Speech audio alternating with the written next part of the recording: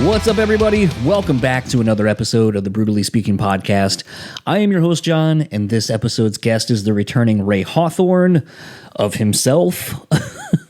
Ray has been experiencing quite a nice parlay into being a solo artist, which, if you recall the last time he was on, interestingly was sort of kind of a last-ditch effort into making a go in the music industry.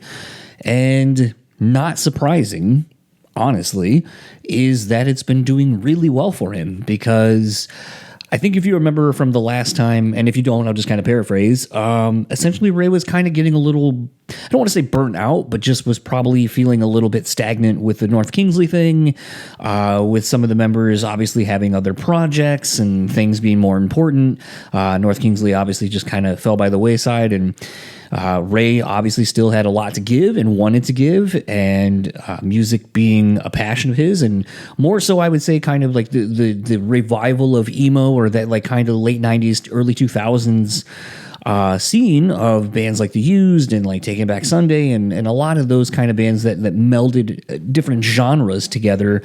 Ray was always a fan of that, always talked about that, even in the first episode I did with him when he was promoting the North Kingsley EP, was going on about how he loved that era of music, and those were the kind of bands that he was in as a kid and was, trying to kind of just be in a band. And so kind of tap back into what got him into wanting to be a musician.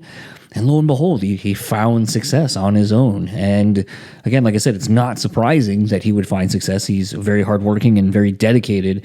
And I think the other thing too is, while I'm not saying North Kingsley was not something that he was fully vested in or wasn't a facet of who he is as an artist, this feels more authentic. I think there's ways that he can communicate feelings that he has, experiences that he's gone through, in a more direct way that you can feel more immediacy of what he's doing musically. And to me, I think that's where always the great art shines through, is when it feels lived in and it feels personable and you can relate to it. Maybe not necessarily people feel that way with hip hop or rap and in general, as I have come to learn in talking to some of my coworkers about music, where sometimes a rap song comes on and they're just like, it's crap. But I'm like, man, the lyrics to this are so fucking poignant and really should be studied to take it in. But not everyone is that deep or wants to spend that much time. And that's the thing I think that's also really interesting about Ray's success as a solo artist in the last few years is, he's put in the 10,000 hours, he's put in the time. And I think to see it connect with so many people, it's so rewarding when people do something and it clicks. It just finally all clicks. Ray is just a great person. I've really gotten to enjoy getting to know him over the years of being on the show and texting and a few phone calls and such over the years, just as friends. And I think this is a perfect example of the show doing that and why our episodes are good for each other. All of that said, there's some really great stuff in this one. I want to wrap up this intro outro-y thing that I do now and really just kind of get you into the conversation. So if you would like to keep up with Ray, it's simple enough. RayHawthorneSucks.com is the landing page for everything on his website. If you'd like to keep up with him on Instagram, it's RayHawthorne_. And if you'd like to keep up with the podcast, BrewSpeakPod on all your social media platforms of choice. Email me at BrewtallySpeaking@gmail.com with any conversation topics that you would like to keep discussing or guest suggestions or things like that. And lastly, and honestly, really the most important thing, huge thanks to Rockabilia. Frankie over at Rockabilia, him and I were just bullshitting the other day. He got his throat tattooed, and I still have not, and I chose to invest in my car and get AC because it's a hot summer, and I feel like that was a worthy investment, but apparently he thinks that I spent my money stupidly and should get tattoos. So head on over to Rockabilia, use our code BREWtally at checkout, take 10% off your total purchase order, spend some money over there so he can continue getting tattoos and rubbing it in my face, and I'll get a little bit of a kickback for you doing that, and that works for me because I like getting free merch, and still need to get that Deftones hoodie that I needed to get from him, but it's summertime now, so I don't need a hoodie, so I guess it can wait, but I want that Deftones hoodie. Anyway, Use our code BREWtally at checkout. Take 10% off your total purchase order. Thank you so much to Rockabilly for continuing to support the show, even in this like intermittent season that's been going on with the show. Their support as friends and as sponsors of the show is greatly appreciated. Can't thank them enough. And without further ado, let's get into my conversation with Ray. And I'll see you all next time.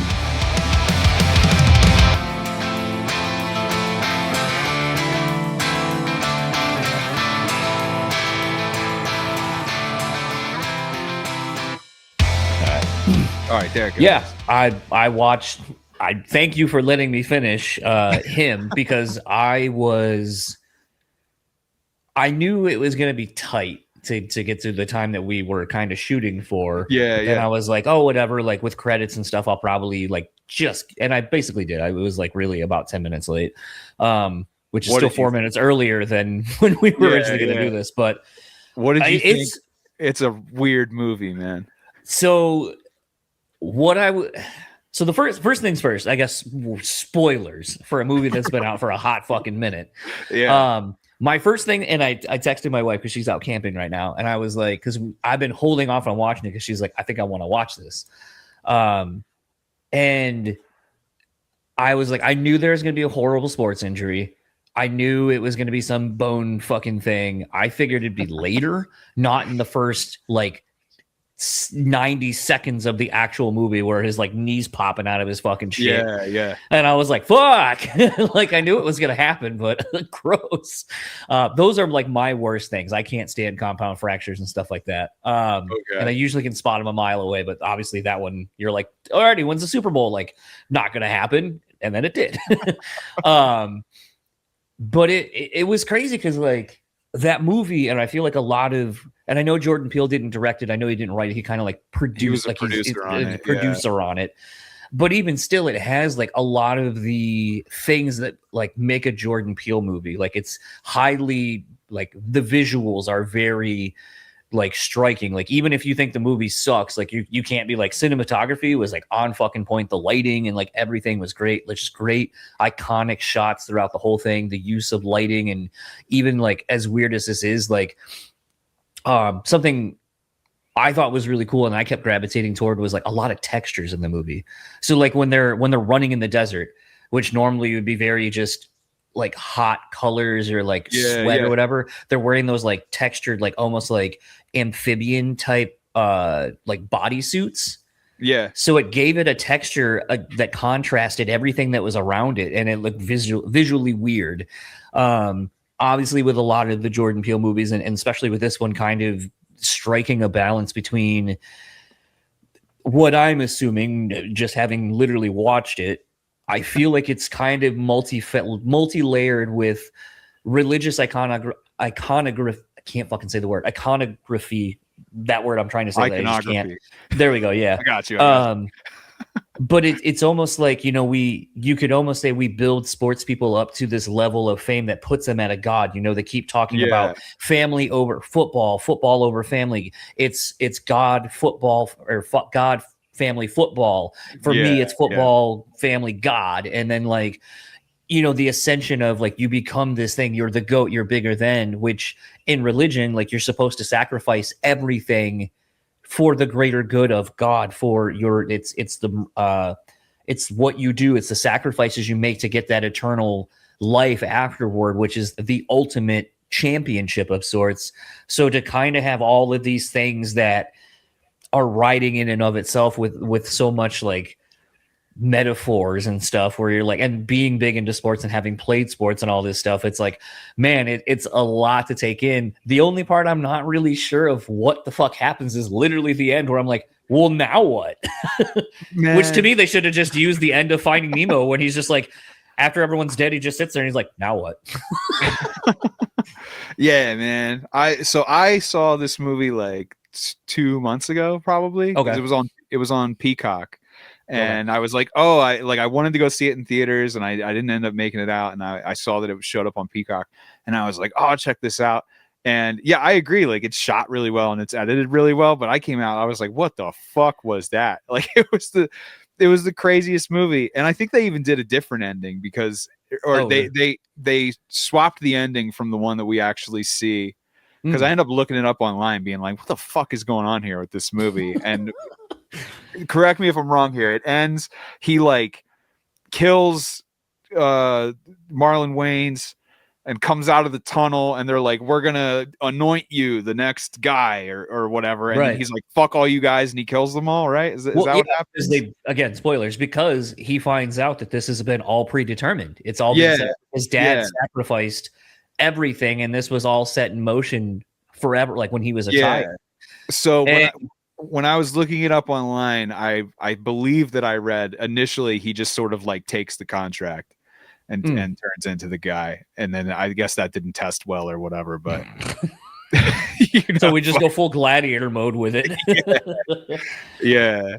It was a really crazy movie, and I was excited to see it, and I think I knew, like, by the time that I did watch it, I knew that it was like a really like critically panned, like polarizing thing. I haven't really heard anything about it. Yeah. There's a lot of like either people online like really fucking love it, and you can watch like hour-long YouTube breakdowns of all the like symbolism in it, or people are just like, I just watched an hour and a half of the most bullshit, So I think I'm somewhere in the middle there. I did like a lot of the ideas with it, but like it takes a lot of like really big swings, and I was just like, I don't know about this fucking movie. Because also I think it's like the Jordan Peele movies, the proper Jordan Peele movies that are out, I really love those movies. Yeah. So I was hoping for something sort of on that level, and you can tell that he's Monkey Paw, right? Is that his production? Yeah. You could tell that it's like a Monkey Paw movie, but I don't even think it's anywhere close to like the enjoyment that I get out of the regular Jordan Peele movies. Well, I think the weird thing for me is that this is such a weird thing, but like, because it goes from the Monkey Paw opening of like the title card, and then it goes right to the child watching TV, and I'm like, yo, are we about to kind of like, not that it's a multiverse, but it's like that was the whole point in Get Out, is that the shallow place or the sunken place is a manifestation kind of what. So like in that movie, like when all the bad shit was happening, is like his mom died or whatever, like he would just sit and watch TV. So like his sunken place was being an observer watching TV and watching shit happen. And so, and I remember at one point Jordan made a comment that other people's sunken places are different. It's specific to the person. And so when this movie started, and even going back to Up, was it Up? Nope. That's right. Sorry. When Up, they're way different movie. I haven't seen Up. But when Nope came out, kind of the same thing, because like it takes place back in TV. Like TV seems to be this like sort of other world, like ethereal world that exists in these movies, in these stories that are very like set and like by themselves. But I don't know, like it just is weird, like as you're watching these and then you're like, oh, how much of this is intentional, how much is like what I'm supposed to be paying attention to versus like something that's not, or whatever. And you can even almost admit, like, potentially, and I feel like this would have been a really fun twist, would have been to have it be that all of this is like one version, almost like Matrix-esque, where it's like this is one iteration of like you fulfilling your fantasy, that it's not what you want it to be. Because I kept thinking when he was doing the photo shoot of him at the Last Supper, and he's like, I did it all, and I broke my dad's heart when I said like I'm done with football now, and then he died like 2 months later. And like I was like, oh, okay, so like I could see this being like, okay, so that was one route you could have gone, or something like that. And then even that can play into like football, where it's like that's one of many routes, and as a quarterback you need to know which route is the route you want to take, and you need to be ahead of it and know where your people are supposed to be, like just shit like that, where I was like, okay, where is this going? But that's what I mean. I feel like there's a lot of big ideas in the movie, and it's just sort of like, I don't think it really sticks the landing most of the time. I think it's just a lot of like, wouldn't this be cool? Wouldn't that be cool? But again, I watched it a couple months ago, and I'm fairly sure I watched it in like two sittings. Like I watched it like at the end of the night, like on my iPad, and I was like falling asleep, and I was like, fuck this, I'll finish it tomorrow. And I normally like never do that. And I think I turned it around. There's a part where like the weird crazy fangirl like breaks into his room. Yeah. And Well, then, yeah, in the sauna, yeah. yeah. And then Yeah. I like she gets killed and it's a weird, and I was just like, yeah, I'm going to bed. I'm gonna do something real quickly because I think it'll be funny. So for the pop, hold on just a second. Yeah. I think it's funny. Now we both have hats with our teams upside down. There we go. I tried to get a Phillies. I tried to get a Phillies one, an upside down Phillies one. It just doesn't look as cool because it just looks like a fucking bee or whatever. Doesn't really work.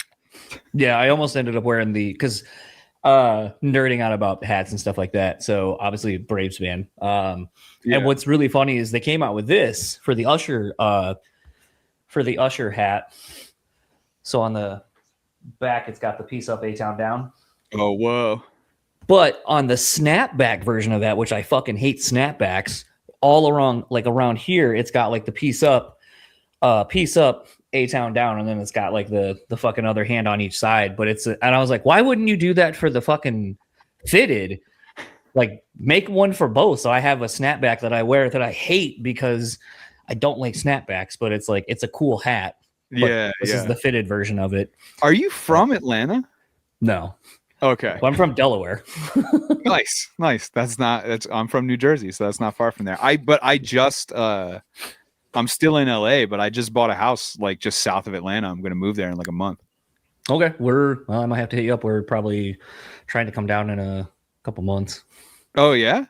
Yeah. We're going to go. We're just going to a friend's. It started with we were supposed to actually go like next weekend, just to go because we're Kill Switch dudes are in town. We're a friend of mine and I were going to go hang out with those guys. Nice. And then go to the show. I've never seen Machine Head, so I was looking forward to seeing them finally. Yeah. And then my boss is actually taking off next week, so it didn't work. So then that shot all that to shit because then we're going to go to Atlanta. But then a friend's band from out here is playing in Atlanta across the street from a bar that like I go to all the time when I'm down there in East Atlanta. And I was like, fuck, we should go hang out with some friends and like rip a hang. And then I just got an email like yesterday, the day before, that Down's playing at a bar that's like on the same block. Okay. And I've never seen Down. And I'm kind of like, I think I want to go to that and then try to just walk to go see my friend and see if I can't do both. But like, it's like, okay, Down's in Atlanta at the, I don't know if it's at the Eastern or I think it's at the Eastern. So I was like, kind of cool to try to go to that and then go to the other thing too. But I think we're going to go, like I said, in like August, I think. Yeah, I mean, hit me. I'll for sure be there in August. I'm very unfamiliar with Atlanta. I've only been to the Masquerade one time. Like that's the only venue I've been to there, and it was like hard as shit to find. It was like underground. I didn't know how to fucking get in there. Yeah, you got to go through a parking ramp and then get searched twice on your way down the stairs. Yeah, I was like, what the fuck is happening here? Like, I really thought I was going to the wrong place. But it is cool. Like, the way that's like a little entertainment district is like hella rad, I think. I don't even know. I just went to the Masquerade and then went home. I don't know. Okay. Because I was going to say, when you go to, like, you go down the stairs and you go to the Masquerade, like, well, at least if you go to, I think it's Heaven. If you go off to the right, the bigger room, that's like the 1,200-ish cap room or so. Yeah. That's off to your right. Hell, Purgatory, Heaven, right? I only went. I could check. I saw the Wonder Years on their most recent go through there, so I think they were in the bigger. It seemed like a 1,200 cap room. Yeah, it's got an upper level, like a balcony. Yeah, I stood on the upper level. Yeah. So there's that venue. Then you go off to your left if you're like facing kind of. And actually, this is the cooler part. There's another outdoor stage for like other shit. And then to the left, if you're facing that stage in the bigger rooms off to your right, there's Purgatory and Hell. And then when we went to see a friend do a Gimme Gimme Disco night, he was like, "Oh, I'm here. Like, come, I'll hook it up." And then we just drank all of his booze and hung out and I got to do lights. I met the lighting chick that was working there, and she was like, "You want to fuck around with the lights?" I'm like, "Sure." That was fun. And then there was a goth night at Hell. Or maybe it's Purgatory. God. So then we went to that, and there was like an old man doing a charcoal painting, like drinking wine in the corner, and people playing like really shitty like industrial music. But the best part about goth nights that my wife, like, I was wearing my Atlanta Hawks jersey because we had just come from a game, and I always think it's funny that like my wife and I will go to these things dressed not goth at all. Yeah, and we'll be like, "This is fun," and then it's like goths usually, or at least the ones that are always at these things, are so introverted and they're just in little pockets and they don't really interact with each other. You're like, what the fuck? That's not. I mean, it is kind of goth, I guess, but it's just weird that it's like it's this whole pomp and circumstance, and then it's just like people aren't doing anything. Yeah, I've never been to a goth night, but I'm quite intrigued. That sounds like something that would at least be fun to fucking look at. Yeah, no, it is. I mean, then sometimes like furries kind of get intersected in there, and you're like, I don't know how this isn't a part of the. Yeah, no way. I think the best one we ever went to was one in Denver. I think it was we were in Denver. I want to say it was this club called Milk, MLK, I believe is what it was called. We went, and it's a multi-level venue in like, I think there was like 4 or 5 rooms in it. You walk in, it was like hella crowded, kind of like more of like an upscale kind of cocktail bar. And it was like playing like, and I'm just going to make up genres as I go, but it'll be like, oh, it's playing trance in here. Yeah. And then you go to another room and it's like tiny, like maybe holds like 100 people. And it's like a little brick wall building. And it's just playing like really heavy, like bass, like heavy, like shit. Yeah. And then it's like people are like doing that, lights are everywhere. And then like you go to the basement, the final like floor of this thing, and it's just this like massively wide open club that looks like it would have came out of like the late 80s, like just mirrors everywhere, like all along the walls. Yeah. And then kind of like recessed lighting that was kind of pulsating and stuff, and smoke machines and shit, but like no one was down there, so it just felt really weird. And then you just kind of saunter around between all these rooms with completely different vibes. It's like, man, if I was like really fucking tripping on something right now, this would be a blast. I'm sure. Instead, it's just funny just to walk around and be like, all right. Yeah. Big gulps, huh? That's crazy. I like there's sometimes at the Echo out here you can go between the Echo and the Echoplex. And if it's two different, two different people have leased out the buildings for the night, you can get some pretty different fucking shows, and that's always fun. I like different genre shows if I can. Well, I mean, I think that's kind of like why it would. The last time we talked, and I was like, I think a lot of people probably are like, where the fuck did all this other new music you're doing outside of North Kingsley? Like, where did it come from? But it's funny because I feel like when we did the North Kingsley thing, like you even stated like the first time we talked, you're like, well, I actually really grew up on like pop punk and emo and screamo and stuff like that. Yeah. And I like rap, but like that's not necessarily where I started. Yeah. And so it's almost funny, like retroactively, people are kind of like, I don't know if you still get the like, aren't you the guy from North Kingsley? Like, wasn't that kind of your bag? Or so rarely. And it's I actually think that's a cool thing, because when I first started doing solo stuff, I was like, anyone who gives a fuck about who I am is only because of North Kingsley. So I was like, it's not going to go good. Like this is such a different style of music that I'm putting out relative to North Kingsley. But at this point, if ever I talk about it, people are just like, what? Like you have a band with a dude from System and you have a song with RZA. Like, what the fuck are you talking about? And I'm like, yeah, it's like a cool little piece of trivia in my life. I think the funnier thing though is like, because the last time we were talking, you were like, yeah, I don't know, like we'll see how all this goes, and I may or may not give up music. I don't know, like we'll kind of see. And then like out of nowhere, like you fucking rip into like different branding, and like now you got your own fucking shit, like shampoos and shit that I use. Oh my god, it's just you're a raconteur, you're a Renaissance man. Like you just can't do pigeonhole deals that are keeping me alive. That's I mean, house. got that clean money. Exactly. Yeah.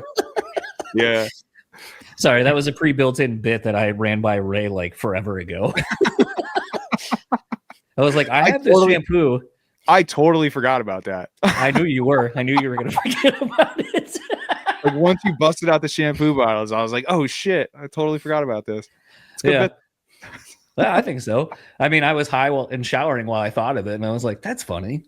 I think like just exploring like this idea of being like, I was going to get out of music, and then I just decided to get into my other passion, hair. I guess my hair is always so fucked up all the time though. It's like ever since I stopped doing the buzz cut, since I'm not a rapper anymore. I'm always like, I don't want to take the time to style it. So it's funny. I feel like people think I'm going bald, but I'm just like, nah, I just don't want to fucking touch my hair. I always think it's funny when you wear hats, like as much as I do, and I'm fairly certain you do as well, that it's funny when I do take off my hat and people are like, you have hair. And I'm like, yeah, I have a lot of hair actually. Like I'm not balding, but it's because, like I'm sure the same. Like when you get a fade all the time, it's like it looks like you're people just assume, I guess, like, well, it's going up to nothing. Yeah, I never do. Like, I never do a fade. Like, I specifically tell my barber, like, I don't want to fade. I just feel like I'm not cool enough. But that's the main, when I moved to Atlanta, that's like one of the things I'm worried about is like, I got to find a good barber. I'm sure there's tons. I got you.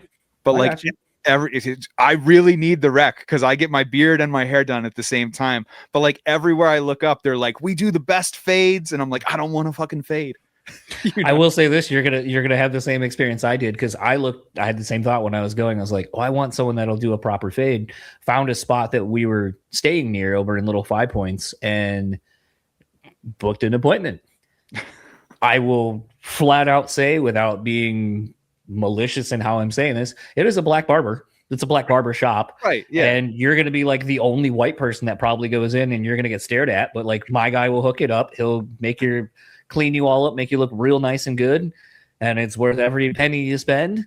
And he knows a lot about sports. He's a rapper as well and stuff like that, so he's like a local artist down that way. So like I always enjoy bullshitting with him about stuff. And but it's like funny that it's like I go and everyone just stares while he's like lining me up and shit, and you're just like, whatever, man. Do they do the white lines on your? No, I mean I already am, so they don't got to do that. That's amazing. It's like I've tried to look up barbers out there, and I'm like, everyone, they always like paint the white lines on the lineups, and I was like, I don't want the white lines. Look like it's more of a chalk outline for your good RIP my beard. Yeah, exactly. Yeah. But no, kind of getting into like legitimately getting into the new EPs, several songs, and all that kind of stuff.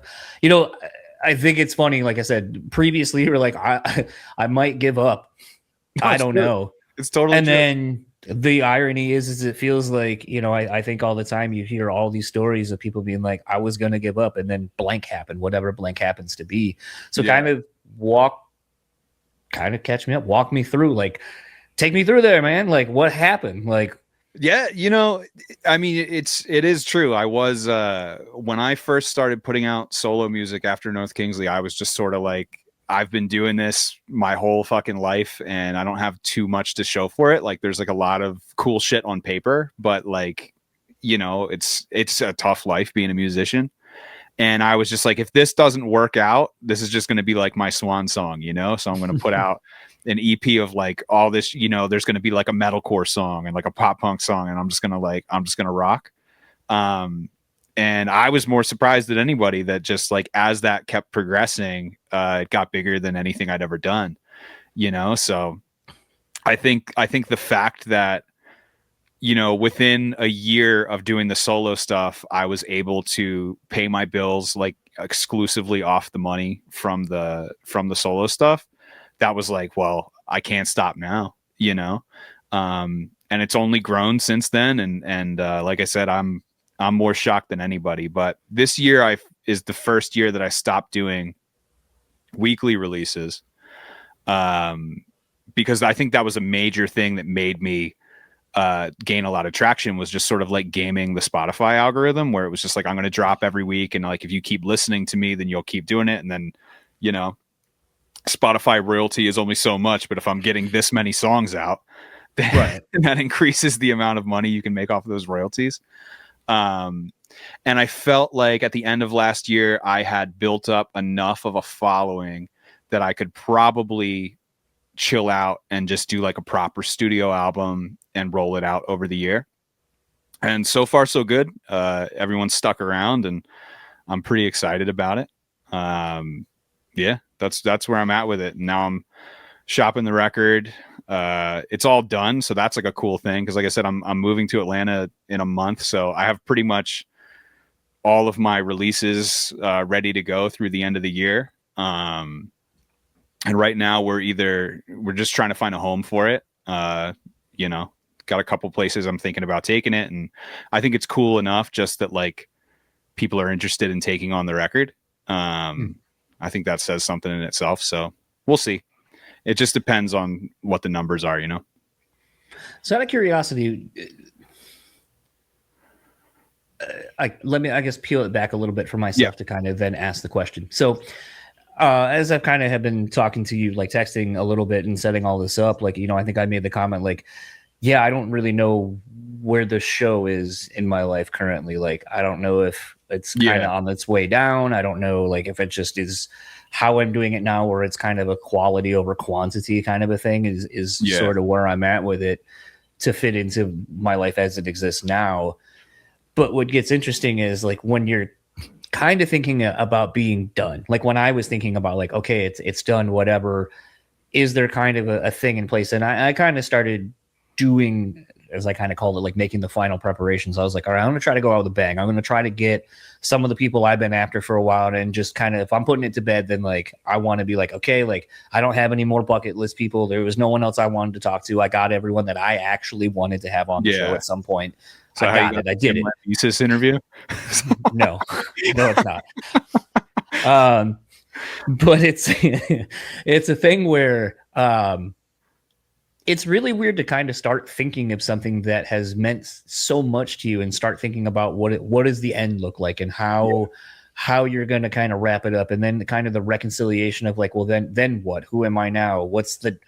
Is there another thing after this, or am I just like done? Yeah. So when you're kind of in that headspace and you're kind of putting out music and this is kind of where I'm going to kind of put words in your mouth potentially, that if you're like, well, at least if I'm going to go out and I'm not going to do this thing anymore, then I'm going to do something that I've always wanted to do. And I'm going to be honest to myself. What does it look like when it actually starts kind of things are happening?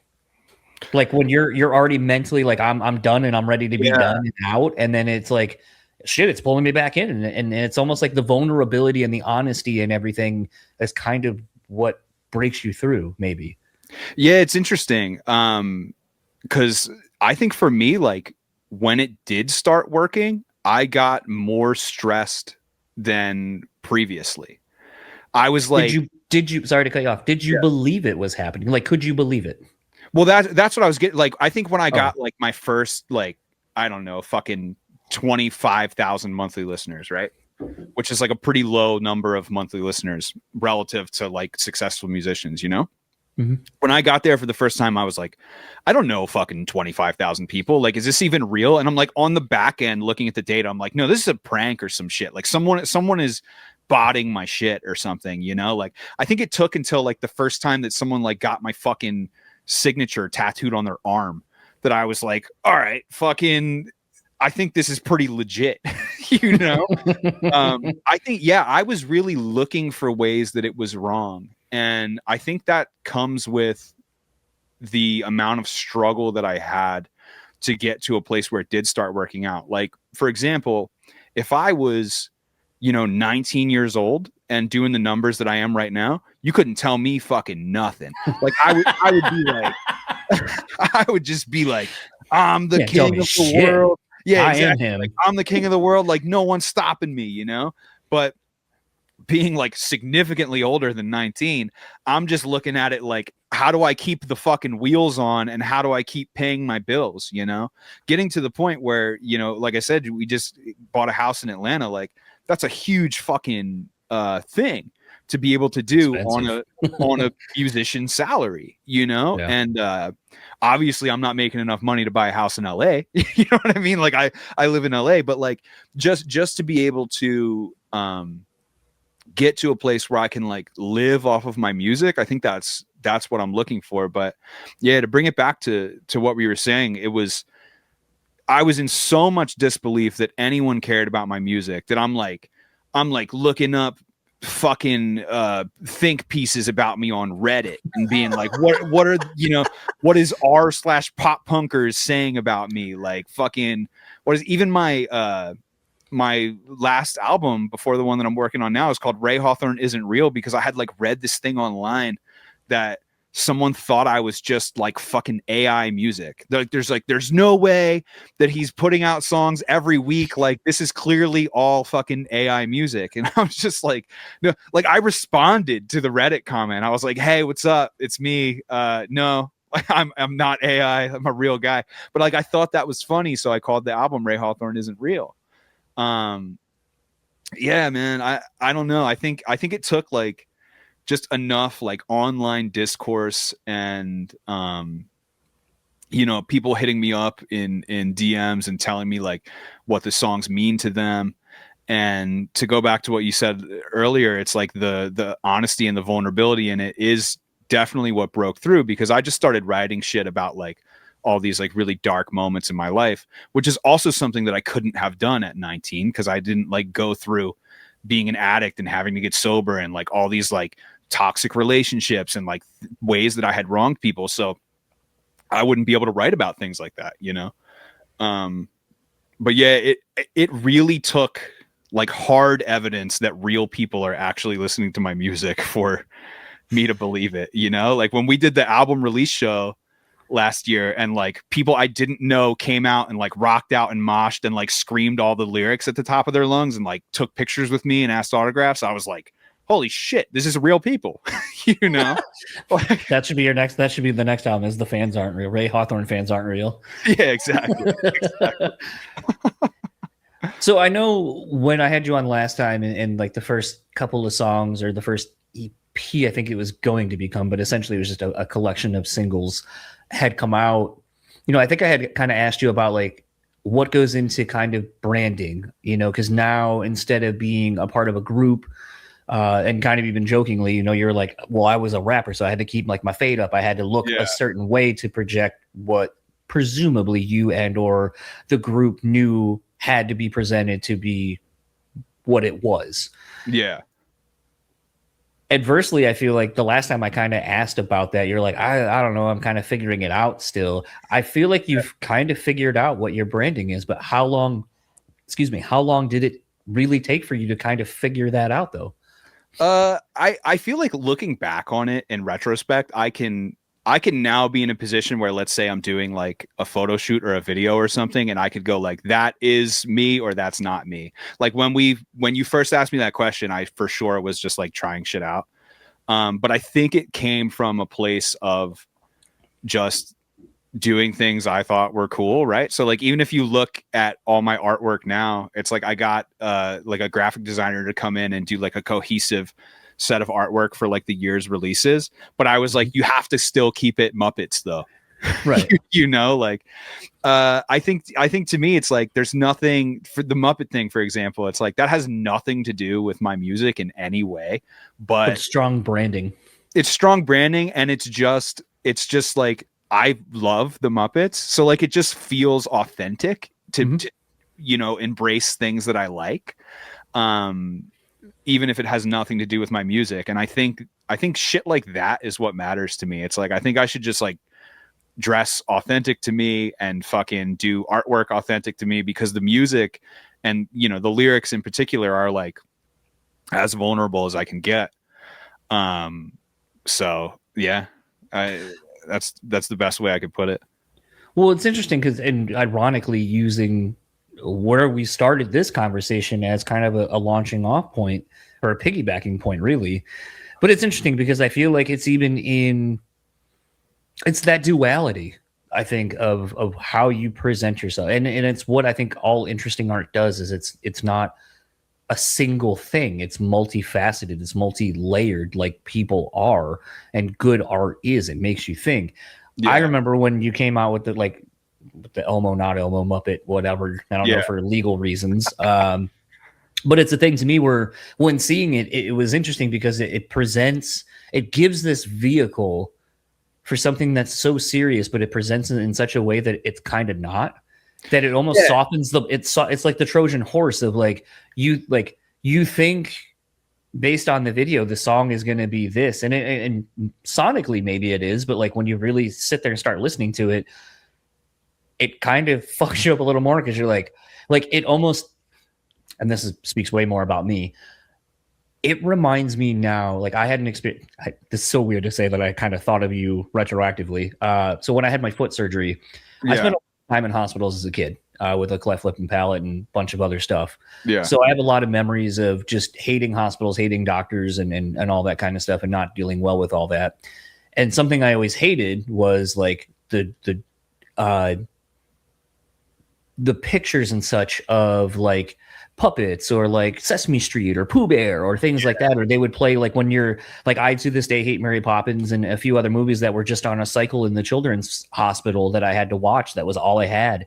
Yeah. And I grew to hate it because it just reminds me of not feeling great. And as I had my foot surgery and my parents are there because they want to come support me for that. And I'm already not dealing well with it. And I learned and unlocked something, some past trauma that I wasn't aware of. And then as I'm about to go under for this surgery I don't want and I've not been dealing well with, I happen to be laying in my bed and I look up and there's a fucking, like they painted the ceiling tiles, presumably for children to be distracted. Oh yeah.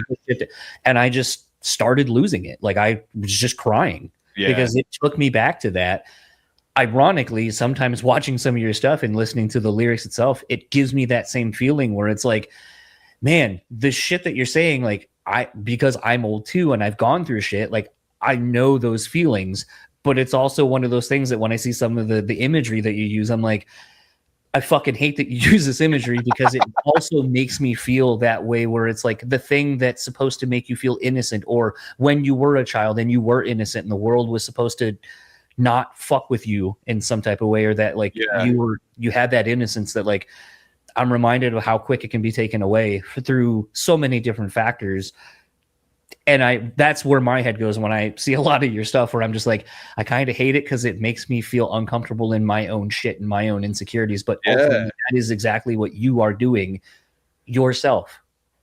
Yeah, that's a crazy perspective on it. And I think, I mean, honestly, I'm excited to hear that you're relating that you're relating things in that way, mostly because it's like obviously I'm like laying a lot of shit out on the line, but that's like a very intimate way to interact with like the music as a whole when you're connecting it with the imagery and everything like that. That's pretty wild because I'm not approaching it from like a like just juxtapose this with like childhood kind of thing. I think I am myself a very like nostalgic, hold on to the past kind of person, hence like all the fucking comic books and action figures that I'm surrounded by right now, you know?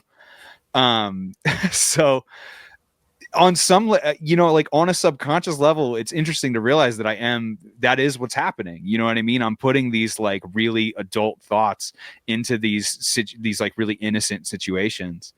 And I try as much as I can with my music to do that, you know? So that's interesting to hear.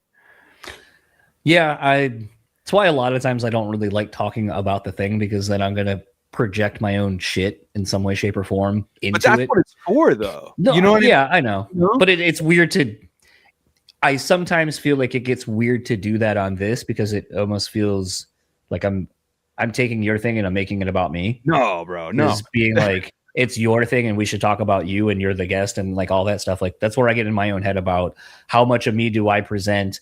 But then the flip side of it too is like you and I'm not gonna say like we're the bestest friends and we talk every single day, but like as we're falling asleep, like, no, you hang up or any of that kind of shit. But it's like we have a rapport at this point that we built over the few years of doing this and then just texting and DMing. Well, now that you have social media again, DMing and shit. So it's like there's that side of things where it's like as a person to a person, like I am more apt to be like, you need to tell people like these kind of things and just be like, hey, like this thing that you created and maybe that you felt so alone or isolated in, like it does help people. And I know you know that because you were just saying that, but it's explain that to people, tell people that, because I know it means something, even if it comes across cringe as for the people watching or listening to this. No, it is.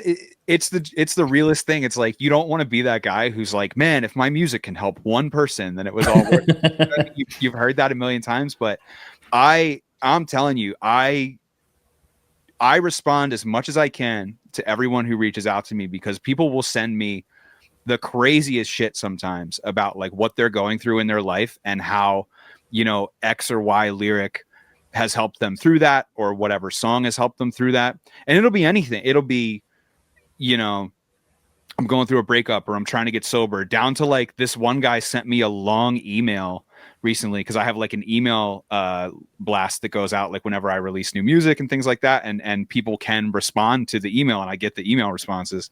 And this one guy wrote this long thing about like how he had one of my t-shirts on in his like Tinder profile, and then met some girl, and she was like, she liked the t-shirt, but she didn't realize it was my t-shirt. He was like, oh yeah, it's a Ray Hawthorne t-shirt, I really like that guy. And fucking she was like, I hate him so much, I had to block him on Spotify. The whole, like, I love stories like that. And part of me was like, this can't be real, this is crazy. But it was like, it was such a detailed story, you know. And it ended with the guy being like, it was crazy how passionately she hated your music, like, so we just decided it wasn't a good fit and we didn't meet up. But like anywhere from that to like people telling me that it's helping them through sobriety and everything is I love it all, man. And I recently got the chance to work with my favorite band is a band called Scary Kids Scaring Kids, and I've been through like a weird series of events. I met one of the guys from the band that I really like years ago, and have been trying to, you know, work something out that we could do a song together, and we recently worked together and we did all this stuff, right? And I was ecstatic because this is like my favorite band, you know. And I, in a couple of instances, got to tell him like in a non-weird or creepy way like what that band means to me, you know, because it was like relative to the conversation. And he was talking to me about their like social media strategy and being like, we're trying to do this and not that, and like, what do you think, and all that, which is like cool to be bouncing those ideas with that band. But I said to him, I was like, listen, dude, when I was like 14, I sent a message to the Scary Kids Scaring Kids MySpace and was just like, hey, you guys are coming through Philly, you know, and I'm gonna go see you, and it's the first time I'm gonna see you guys, and you guys are my favorite band, and I just wanted to tell you, you know. And like 2 weeks later, who knows who responded to me? It could be someone in the band, it could be the manager, it could be whoever the fuck responded like, thanks, you know, awesome, we'll try to make it a good show or something like that. And I wanted to frame that shit. Like I was like, oh my God, it was like the biggest deal in the world to me because I'm like 14 years old. It's not the same when you're young, you know, like you're looking at these people like they're more than human. Right. And I told him that, and I was like, listen, like I know now that there's not actually that much weight to it, you know, but I tell people this story to go, whenever someone DMs me or reaches out to me in any way, I do my absolute best to respond to them in case it means that much to them on you know what I mean, on the other end. So it's like and it was cool to be able to tell him that, because I've been like, for years, that has been my perspective on it. Like even back when North Kingsley started, I was like, man, that one time someone on the fucking Scary Kids MySpace like responded to me, you know. I was like, if I can help someone in that way at all, I'm gonna do it. So I don't know, I do my best to keep in touch with everyone. I feel like the hard part with that, it's so weird because like I try to do the same thing. I try to like take the time, like YouTube comments, like, because I don't get a ton, so it's not that hard. Right. When people comment on something, I try to respond like, hey, at least like, thanks for watching. Even if someone's like, this was absolute dog shit, and I'm like, well, sorry you chose to watch something that was free and didn't stop watching it, but thank you for watching it. Yeah. Even if I suck and I'm the reason you hate this and you'll never watch anything. But it gets interesting because like sometimes I feel like there's a little bit of a thing I've had to do a couple of times, and part of it is the social battery of it all. Like I want to do that for people, like you're saying, because like of what it means, and like if someone were same thing, like I have lots of DMs and such that I get that I'm like, oh my God, I can't believe like I'm talking to so and so doing this. I have it all the time where I'm like the other day, Facebook memory popped up of when I had Vin Rock from Naughty by Nature on here. Yeah. And I was like, I can't fucking believe that happened. Or like Nick Saxon from 311, and you're like, can't believe I got to talk to these fucking people. Yeah. And it's crazy. Or like when they share something and you're like, oh my God. So like they actually kind of remember me and the thing, and cool. And it could just be management like yes, share, whatever, good for Yeah. everybody. Yeah. But it gets kind of hard to not lose the fan in you. Yeah. Because like it's so easy with all the rejection and all the shittiness of people shitting on you, strangers especially, where you're like kind of the other side of it. And I've kind of talked about this a lot more in the last handful of episodes that have come out since like the last season I tried doing, the one with Tim's ex-wife, and people shitting on me personally, like really went hard in on me. Yeah. And I read a couple and then I was like, I don't have the mental wherewithal to really just sit in there. Did you, like you got hate just for having Tim on? Is that what it was? No, it wasn't Tim. It was Tim's ex-wife. Oh, okay. There we go. I had Tim's ex-wife on. Yeah. And the couple of comments I saw, because I was like, oh, I kind of, it was one of those, like I put out the season, I dropped it. And then I was like, kind of like when I had Ken on, when he revealed everything that had happened and why he had left the band and everything. Yeah. One of those where Ken and I had already done the conversation a little while before that.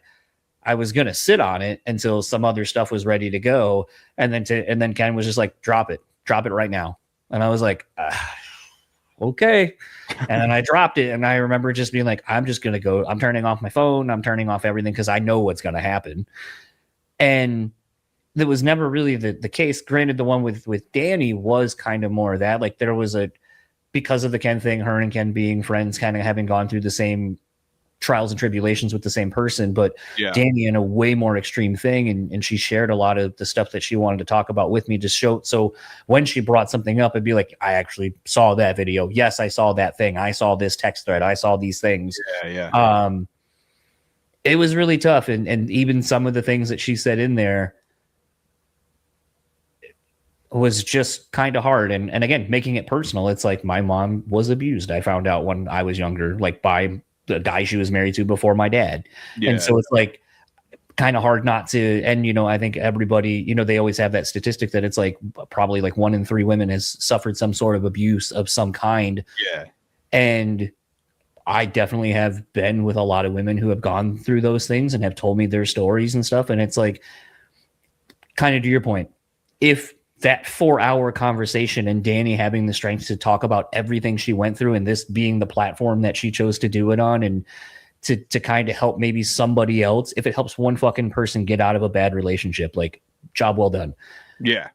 And that's that was what I wanted. And that's why I opted to want to talk with her. Cause I also wanted to kind of pick her brain about what's it like when no one knows you. And then all of a sudden everyone only knows you for this one thing and they hate you already because of it. Yeah. And then you're like, well, it's not what it looked like and blah, blah, blah, blah, blah. And then to see people hating on me because I took too long to ask questions. And it's like, I'm sorry that someone hold on, let me check my notes, just said their husband raped them. Yeah. And I'm supposed to just be like, cool, sick anyway. So like, I'm just supposed to gloss over that, not be a fucking person. And I think that's been the real big struggle for a lot of things too, of me doing this for like 10 years. Yeah. Is trying to find that fine line of how much do you give yourself to the thing and be there for others and let them have access to you at all times, because that's what social media is now, versus holding back and keeping something for yourself so you don't burn out and not have enough to give somewhere else that's more needed. And how have you found that line to straddle? Yeah, that's the weird thing about being like so honest in all my music. You know what I mean? It's like I really have put so much shit out there that I wonder, like, all right, like, how does it make my wife feel if I'm writing a song about when, 6 years ago I was like doing all this shitty stuff, or like, or I was in this like bad relationship with this girl that's like clearly not my wife. Like, how does that make her feel? She's always been chill about it, but like these are things that like go on in my head. There's a song on the album that's just about like my relationship with my dad. It's not out yet. It'll probably come out in a few months, but like Father's Day. Yeah, I don't know. I might send it to him on Father's Day. He hasn't heard it yet. It's. I think part of me is nervous about the song because like it is in every way possible like a love letter to my dad. But the thing is, it's really acknowledging the fact that me and my dad like come from different situations, and he's very much this like you know, like bootstraps, like don't show any emotion, like don't keep your cards to your chest, you know what I mean, shit like that. And I've never really been that kind of guy. Like obviously I'm a very emotional person. That's like what I do for a job, is like put all my shit out on the line. So like the day that I was writing it in the studio, I'm just sitting there like crying my fucking eyes out, like writing this song about how like I'm so different than my dad, but like he is like such a rock in my life, and I know that like everything that he ever did was to give me a leg up, you know? And that's like an interesting thing to write about. And I think part of me is nervous that he's going to hear the song and not like, again, he's not an emotional guy. So I just don't know what his reaction is going to be. Like he might be like, I don't think he's going to be mad that I did it, but I think he might. I don't think he's the type of dude that's going to call me and be like, that was really sweet, like I love you. You know what I mean? And I think it might make him uncomfortable, that he might feel obligated to have like an emotional reaction to something where I'm like really like laying all this shit out about how much I care about my dad. And it was really like when I was younger, it was hard for me to recognize how much he actually does care about me as a person. And only because he was like not very emotional. Like my mom is like a very like over the top, like say I love you all the time type mom, you know? But my dad like just worked his ass off like all the time so that I could have this great life. And that's not the kind of perspective that you have when you're like 13 years old. You're just like, my dad works all the time and then he yells at me like, but I'm over here like doing shitty stuff, you know? But when I get older, I end up realizing like all the sacrifices that he made specifically for me, you know? Yeah.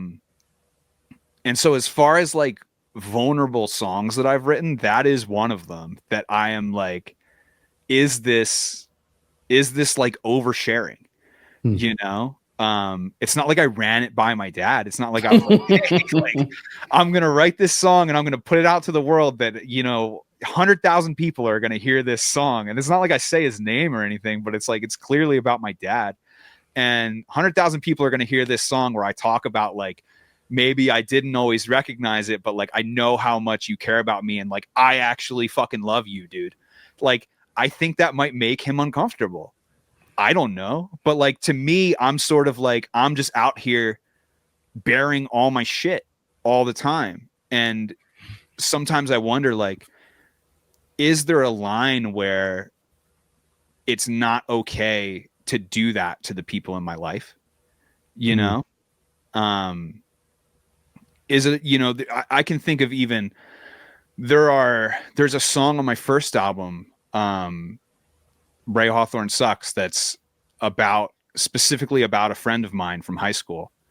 And on that song, if you listen to it, there's just no second verse. Like the second verse is completely instrumental, because before it came out, I just deleted the second verse because I was like name dropping. I was like saying the dude's name, you know what I mean? And I was just like, I don't know, man. Like, he didn't agree to this. We haven't talked in fucking 15 years, you know, like, it might be fucked up to just say this guy's name. I just straight up deleted the verse and like released it that way. So I don't know. It's a weird line to walk where I just don't know if there's a point where, me being super honest in my music is more than just me being honest in my music. Like, to what level should I allow that to affect the people close to me in their lives? And that's not something I've heard too many people talk about. And it's like a weird place that I live in, you know? Yeah. Well, there's like, my head's going in a few different things. There's There's a thing I also do, which is I always, when I think a lot of people do, when you get nervous or you kind of find something that touches a little too close, like humor is kind of the way that I kind of, I don't know if it's necessarily deflecting, but no, but that's what I do. That's exactly what I do. Yeah. Because I was going to say the first thing is when you're like, yeah, I don't know, like my dad's kind of like a very like stoic kind of guy, like a guy's guy, like that most of them were back then for a multitude of reasons. But first thing I thought of is a scene from the movie Weatherman with Nicolas Cage. I don't know if you've ever seen it. It's a very weird movie. I highly recommend it because it's got it. There's so many things in it that just make me laugh out loud when the few times I've actually watched it. But there's a scene and this is even funnier. So his dad is Michael Caine. Okay. So, I mean, it's funny that you have an old Michael Caine who's got a British accent being Nicolas Cage's dad in this movie. But at one point in the movie, again, spoilers, his dad is dying. And so they give him a living eulogy. Okay. And so Nicolas Cage goes up to give his eulogy. And he starts off by going, my dad, or the song Like a Rock reminds me of my dad. And then his dad has a heart attack. So then the next scene is them in the hospital and his dad's awake. And then his dad just goes, I listened to that song. I don't get it. And he's like, well, I didn't get to, and he goes, I didn't get to finish what I was going to say. That was just the beginning. And to me, it was just so fucking, it took something that I thought was really interesting. And this idea of like, would you want to be eulogized and hear all the nice things before you go? Yeah. Or not, like, and how much of everything, and again, this is me just overthinking in my own brain about shit, but it's like, would I want to do that? Would the niceties of being surrounded by everyone who loves me and seeing it before I go, would it be nice? Or would it be like a nice affirmation? Or is the eulogies and all those things, is the part of a funeral, is it really for everybody else? To bring everyone else together that's probably not going to be together anymore because of this person who's probably the bond between all these different people in their lives. Like, kind of an interesting way to think about all that. But then the humor immediately followed of like, I listened to that song and I don't get it. And then like, well, I didn't get to finish my sentence. You had a heart attack. Like, fucking funny. And then there's another infinitely funnier line where at the end, like, because you used to get picked on by all the people, and then he's like, now people don't pick on me or throw shit at me anymore, but I also carry a bow and arrow around with me, so I don't know if that has anything to do with it. And it's such a weird movie that it's like the humor is like kind of dry and weird, and it's a perfect vehicle for Nicolas Cage to kind of be what Nicolas Cage is. But it's so my mind immediately kind of goes there for humor and to deflect a little bit, but then like adversely the seriousness kind of what you're saying, because I feel like the thing I struggle with at times is how much do I open up about the things I go through? How much do I share the things? Because to me, you know, one of the other like guys that I become friends with through doing this podcast, like he has a podcast and we talk about all the time this idea of like the give a penny, take a penny approach to doing this medium. I can't expect you to open up and tell me something very profound or deep close to you if I don't do the same back to you and give you kind of the permission to do it. So to me, it's kind of hard to hear that, because then my brain goes like, well, I'm having issues with my dad, and a lot of it is based on newfound religion and things that I've unearthed in the last handful of years through talking to other family. And the thing I'm kind of coming to, and like I keep saying, is like, it's tough because as you get older, you understand your parents are people. And when you get older and you start being like, man, I couldn't imagine even now being about to be 42. I couldn't imagine being 24 like my parents were when they had me, and being like, okay, I have a child. Yeah. It's got a whole bunch of birth defects and shit. And what the fuck? And then like, and then we have another one 2 years later and it dies and we don't know why. And like, you just start kind of putting your parents and seeing them as people. That's heavy. Yeah. And you just kind of start going like, oh man, like your parents are just people. And like, they're just, you know, trying to do the best they can. And a lot of times they're just making shit up as they go, just like we all kind of are. But it gets kind of interesting when you start seeing your parents that way, this dual relationship as you get older, potentially, where you're like, well, as a person, I kind of don't like you. You're a shit person and I would never have you in my life, but I always will have you in my life and I will love you because you're my parents and you're my dad, and like there's all these things I know you did for me, but as an adult, like I don't know, like, and I'm still wrestling with how to navigate that. And the best way so far that I have is just setting boundaries where it's like I don't really talk to them. I don't think I legitimately think it's been over a year since I've seen my parents, and they only live like an hour away. Like there's no reason I can't. It's just that's the boundary I set.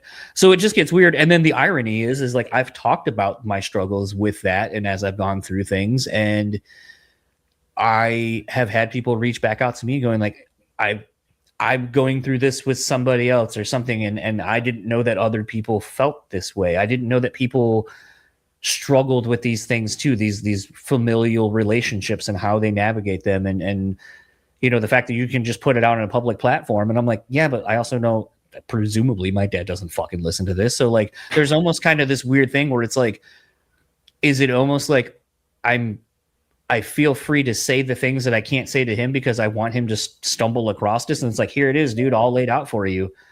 But I also know that you won't listen to it because you're not listening to this. And that's fine. I don't need you to. I don't need your approval.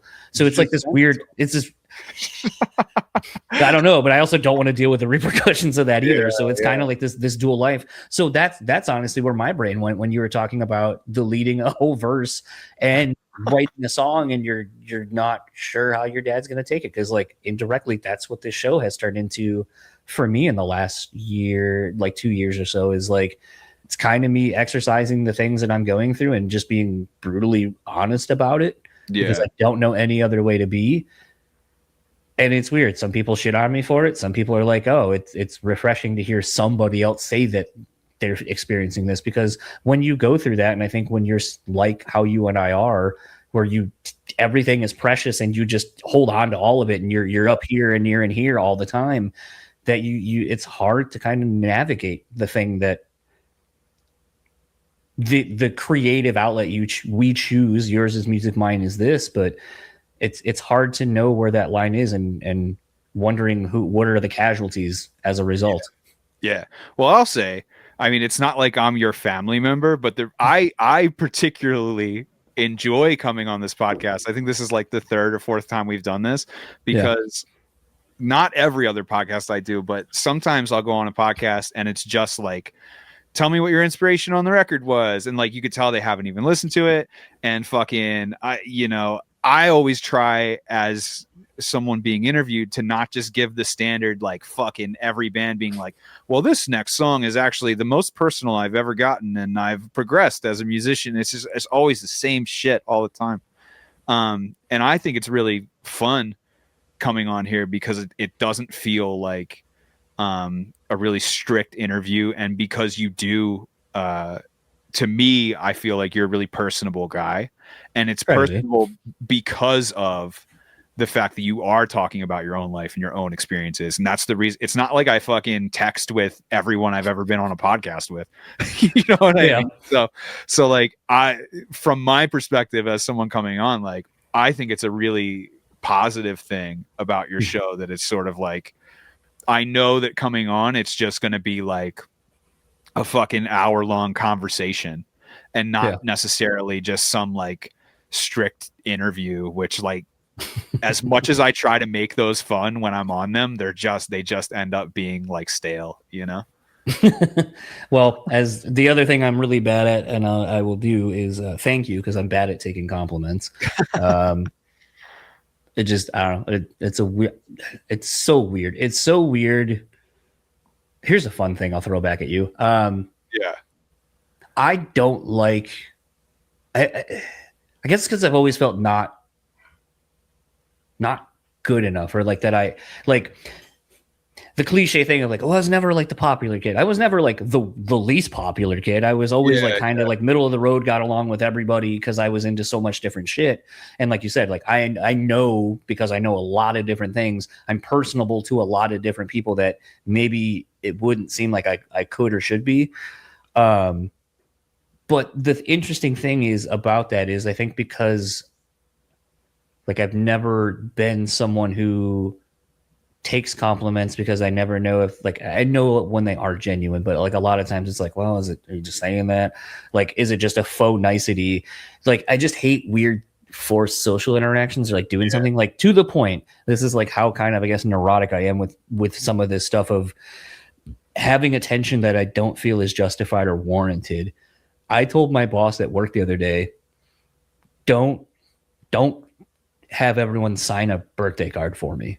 We ask them around at work, and there's like a whole list of like who's it for, and then like there's a list so that way you can check off to make sure we got everyone in the office. Yeah, so there's nothing like genuine about that. It's no. Just, yeah. And then like I literally watched like one week there was like 3 things coming up and we signed 3 cards and all this shit. And it's like then you hand one off to someone and they only get 2 of the 3 because the other one is for them. And you're like, well, you know it's coming and like all this shit. And I was like, and it's like I know I'm signing it. Like I had been at the job for at this point, like I think for like a month or 2. So I don't know half of these fucking people. I don't know anything about them. And I'm like, happiest of birthdays and shit like that. And I'm like, it's not genuine. Like I don't give a fuck. Like, because I'm also the guy that worked at a bar and everyone come in and be like, it's my birthday. And you're like, cool, you're the 3rd one in the last hour. I don't give a fuck. Like, and also like that's my side of things is it's like just because it's your birthday, like that's cool for you. Happy birthday. But you know what? It has no bearing on my life whatsoever. And ultimately, I'm not going to remember and I don't fucking care.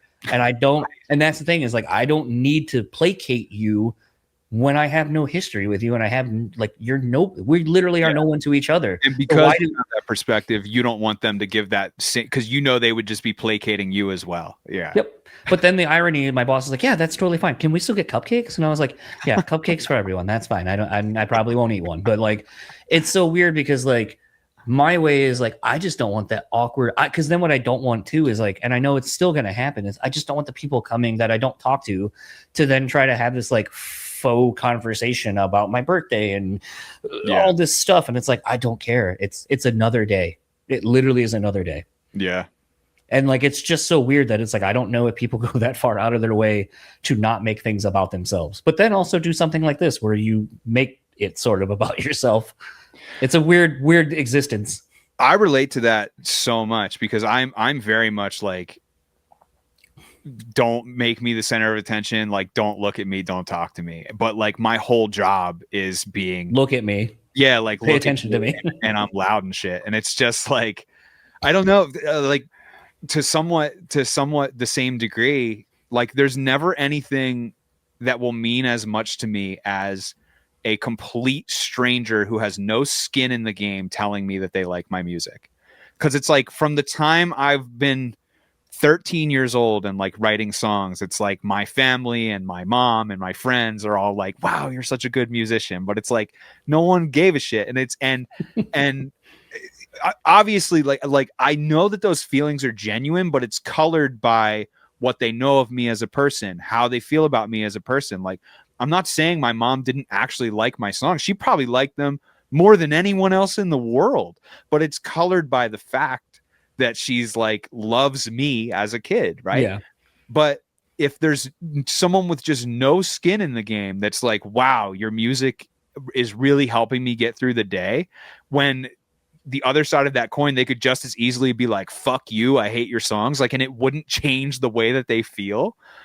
That means the world to me, you know, like, and I've tried to explain that to people in my life before. And it's weird because it feels like it almost offends them sometimes. They're like, what do you mean like my feelings about your music don't matter? It's like, I'm not saying they don't matter, but like it's never gonna hold as much weight as someone who just doesn't care, you know? Like really think about it. It's like if your podcast all of a sudden got like Joe Rogan level, and it's all these people who are just fucking listening to you that do not know you at all, it would feel way more validating than just like your friends and stuff. Like I remember when the Dance Gavin Dance podcast came out, and that fucking I don't know if it showed up on my homepage because like obviously I've watched your podcast before, or it showed up because like it did start to fucking, it got traction. Like that's huge news. You broke huge news. Yeah. You know? And I remember texting you about it afterwards, and you felt so similar to when people started actually listening to my music, because you were like looking at the analytics and being like, is this real? I don't know. Like I'm starting to think this is good. Like I understand that feeling so fucking well, you know? And it's strange how like in a situation like this, it's almost like the people closest to you in your life, like you just want them to be there on like the most basic, and fucking you want the adoration of people that you don't fucking know. Like that's, or not that you want adoration, like that's the most validating thing, is if you just fucking know them, you know? It's a strange world to live in. It is, but yeah, it's such a, like I said, it's kind of the multi-layeredness of like doing something in a quote unquote creative space. More so I would say what you do, it takes infinitely more actual skill and talent than this, in my opinion. I don't know. It's funny. I remember, and I know I've said this a bunch, and it feels name droppy how I'm about to say this, but it's like the first time someone really kind of made me feel like this is a skill or a talent is Porter from Atreyu. Like he was like, I couldn't do what you do on here. Like it's just not, it's not who I am. I'm not really built to kind of do that. Like I am a performer, I'm an entertainer. I don't mind meeting people, I don't mind talking to people. But like the thing you do is like not what I'm good at. And like that takes time. Like, you know, like you said, like you listen, you like it is a thing. And I do not anymore really, because I'm not that precious about it. But I used to listen back to the episodes almost like study, like I would when I played sports, where it's like, all right, where's the weakness? Where's the thing that I can get better at? But then the weird thing is like you're editing a conversation. And again, going back to a different conversation with my friend who does a podcast, I was like, I hate editing because it feels disingenuous to edit the thing, like where maybe we were letting something breathe, kind of going to a musical thing. Sometimes you got to let something breathe. Don't edit out the gap. Like maybe it's that buildup, that anticipation that makes the thing pay off even more. That going to quiet to heavy, like it makes it pay off more because you gave it space to breathe. Yeah. I think the same thing kind of can be said about this medium when it works really well for a multitude of reasons, whether it's something very deep and honest and vulnerable or just something fucking funny or whatever, that like it works because it's kind of in a natural state of how it existed. It took everything to get you there. Yeah. And I feel like when you cut something out because you're like, well, I didn't like how I sounded there, so I cut it out, but I didn't do that to the other person. Like that's not fair. Also, well, you're always like going to be more critical of yourself than someone else. Yeah. Well, I mean, that's like even like the irony when making clips. Like someone's like, you're never in, like you're in the clips, but like there's never a clip of like you saying something that you thought was clippable. I was like, well, that feels very shitty to do, or it's like, okay, here's a clip of I'm putting myself over, to use like a wrestling term. It's like that not great. So it's just it's I don't know, it's so weird to kind of do this thing. But yeah, I had something, like I said, I've kind of been in a funk ever since the shit comments. So I was really kind of like not sure I really wanted to do this moving forward after that. But then I was like, I'm at least going to earn my 10 years of doing it, which is this year. And I'm going to, if it's done, then I'm going to go out on my own terms. But I think the thing that was interesting is like, I got something from one of the handful of eps I put out already since then. And someone was like, this might be the best interview like I've ever heard. Yeah, man. I was just like, yeah, like the thing is, you're going to get both, you know, like it's, even if you did, like, again, neither of us are in a situation where we're like successful in a pop culture level, right? It's not like fucking, though someone did recognize my dad at the fucking airport. That's a weird story. I think it was at the airport. But we're not successful on like a pop culture level, right? But let's say you were, you're never gonna have everyone be like, yeah, this is great, you know? Like think about like how big the fucking Taylor Swift tour is, but like you could fill stadiums with people who fucking hate Taylor Swift. You know, so it's just like, and if you just exponentially or whatever proportionately draw that back to like the level that we're at, it's the same thing. It's like as many, maybe not as many people like you are going to dislike you, but like that's just what it is. It's just part of the game, you know, and you just sort of have to accept that. And the same shit happens to me. Like sometimes people will say some fucked up stuff to me. I think I'm kind of lucky that I honestly don't get too much like hate comments. But if I did, and when I do, like the few times that I do, it does sort of make me be like, what the fuck? Like, I thought this was good. 'Cause I think I'm used to people just being like, wow, this really helps me, you know? So when it's not that, it's really easy to ignore the, you know, thousands of positive interactions you've had. You just lock it on the negative. Like, whoa, why can't I make this asshole happy? You know, like it's weird. So I mean, like that was an interesting thing. Like, and speaking of Andrew from DGD, like I've run into him now twice in the last couple, like month and a half, 2 months with the tours he's done. Yeah. And that was something we talked about. Is I was like, dude, like I had this really weird epiphany that it's like when I was getting shit on for something that I do and is free and I don't force anyone to have to do any, like, kind of have to make the choice to listen to it. And if you don't like it, you're continuing to make the choice to continue to watch it and hate it. Yeah. So that's on you.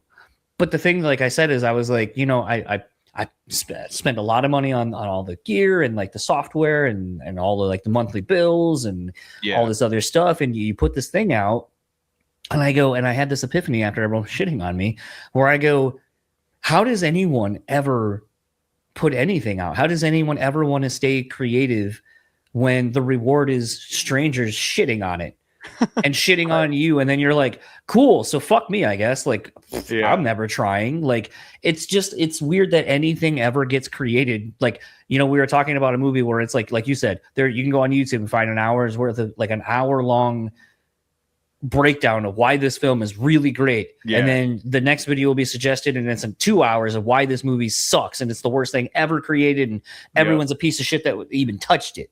And both are, I guess, accurate because it's someone's opinion. Yeah. Just interesting that it's like,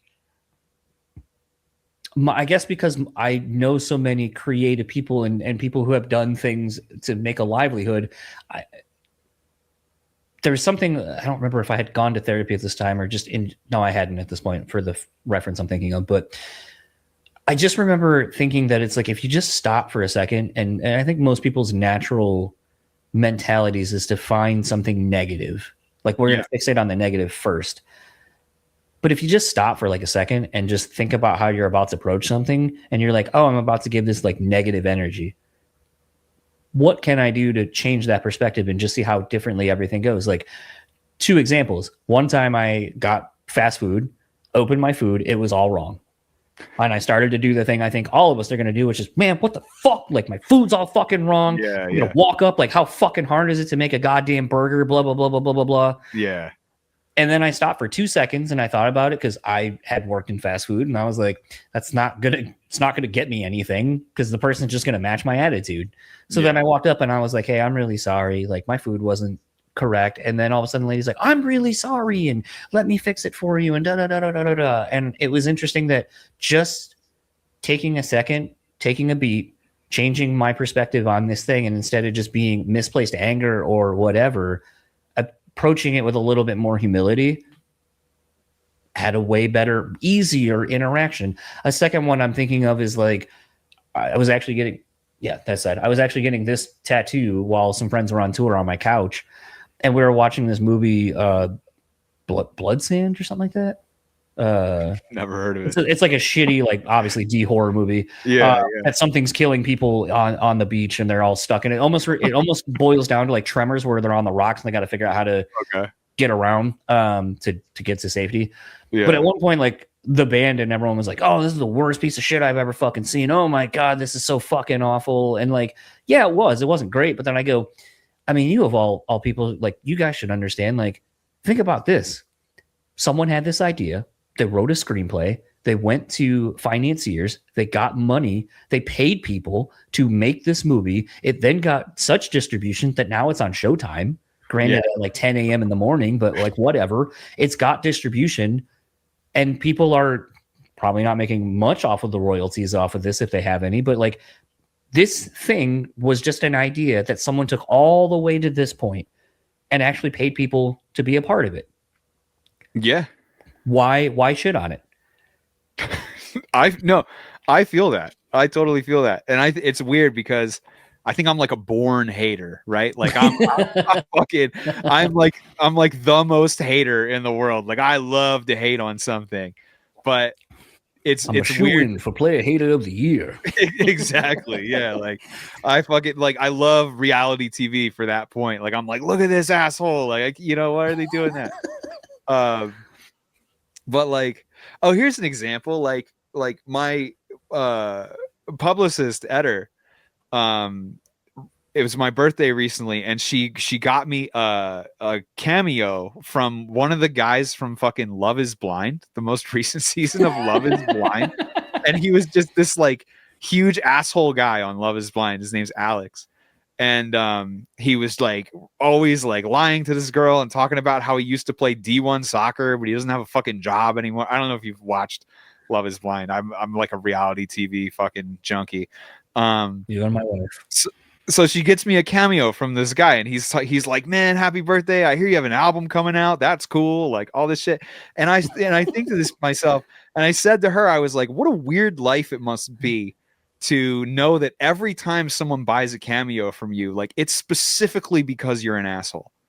You know, like how is that guy dealing with the world? And like, you know, like at the end of the day, at least you're not like a reality TV villain. You know.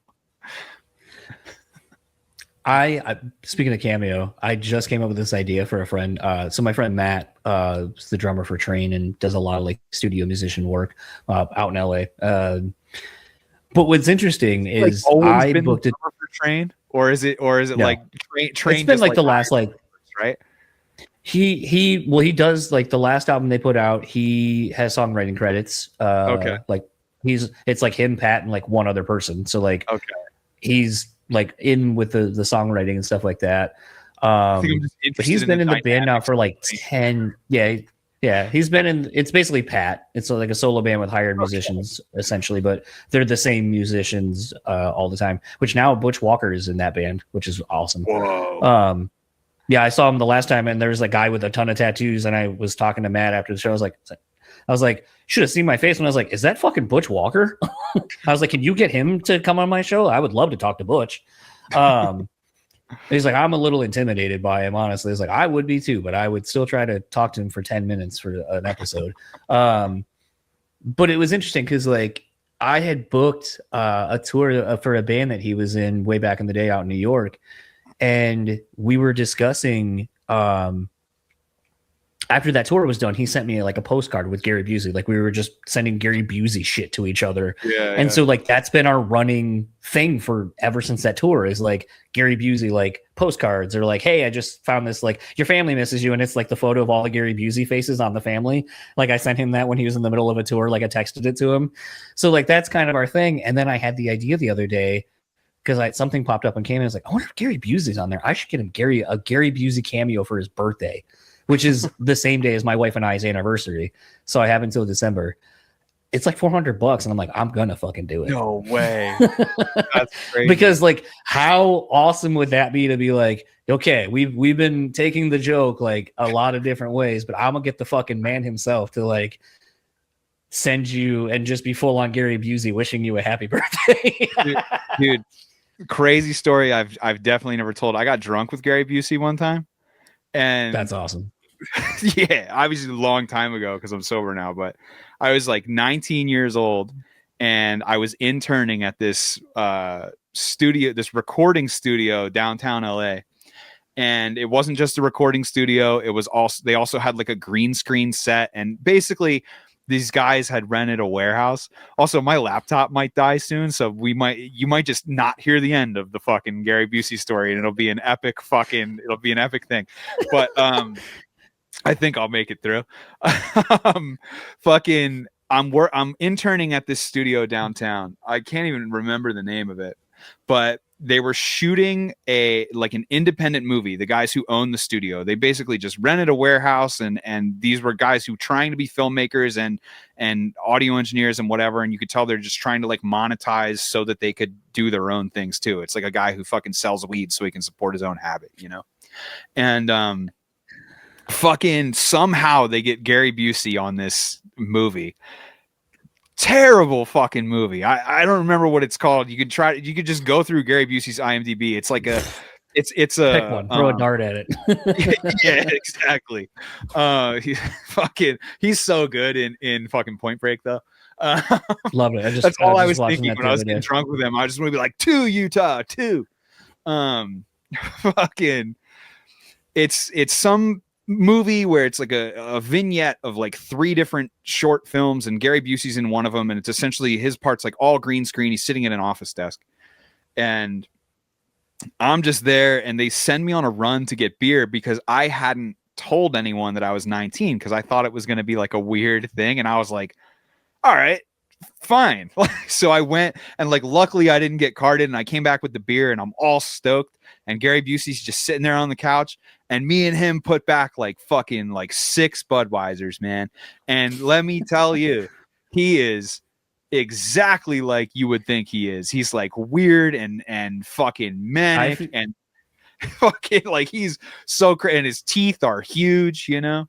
It's just like, the weirdest I imagine him from Entourage is who he really is.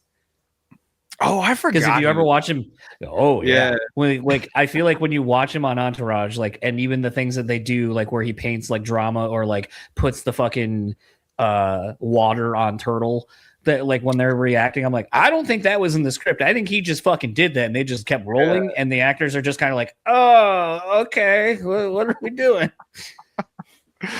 Yeah, it was crazy. Like that was a weird. I think I interned there for like a couple months, and at one point Snoop Dogg came through too. Like someone got Snoop Dogg on a fucking track with them, because I think for a while he was like, I'll get on anything for fucking $4,000 or whatever, you know. And there's just this picture of Snoop Dogg at the studio, like in front of the green screen, holding this like space fucking like Star Wars gun, because he just thought it was so cool. Dude, I don't know, man. Fucking weird times. I was just telling TJ from Still Remains, because we're gonna maybe do one of these again, and I was telling him, because I think of Love and Lunacy, it's like 25 now or something like that, like their first record. It was like when that was on its anniversary of it releasing. And I was like, dude, I probably have told you this story before, but if not, like, here it is.